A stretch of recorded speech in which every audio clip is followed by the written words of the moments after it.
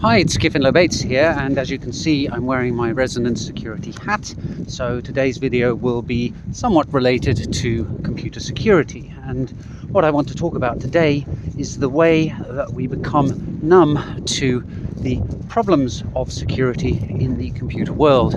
And I have a neat example for that at the moment, because I'm here in Finland walking around in minus 17 degrees centigrade, and I'm not even wearing any gloves.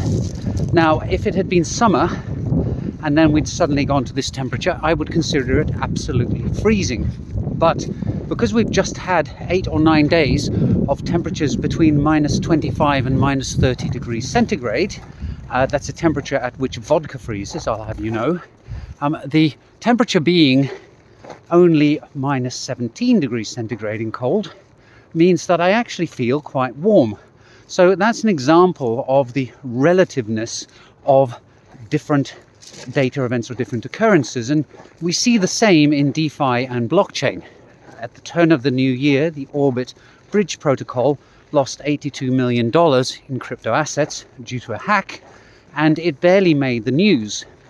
Now, compare and contrast that with just under 10 years ago, the DAO hack, or the Decentralized Autonomous Organization hack, in which I think about $150 million worth of crypto assets was stolen. That was such a big deal that they decided to roll back the Ethereum blockchain by a week to recover the funds, kind of defeating the point of blockchain, but they did it anyway.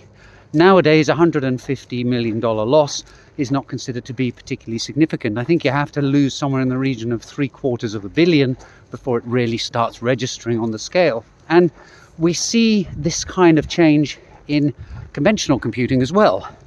I remember when databases were first hacked back in the 90s, it often made the news. Well, it always made the technical news and was considered to be a big deal, even if only a few thousand customer records were exfiltrated from such databases.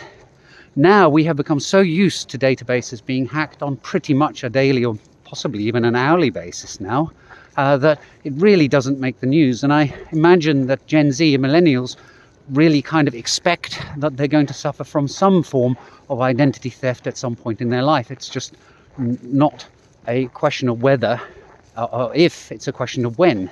Whereas my generation still considers that kind of thing with horror.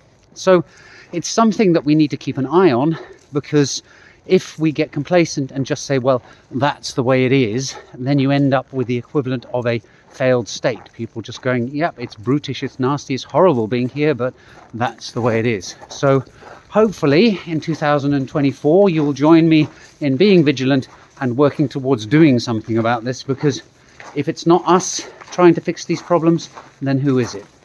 Anyway, that's it for today. I hope you found the video interesting and that you've had a good start to the new year, and I'll see you in the next video soon. Bye for now.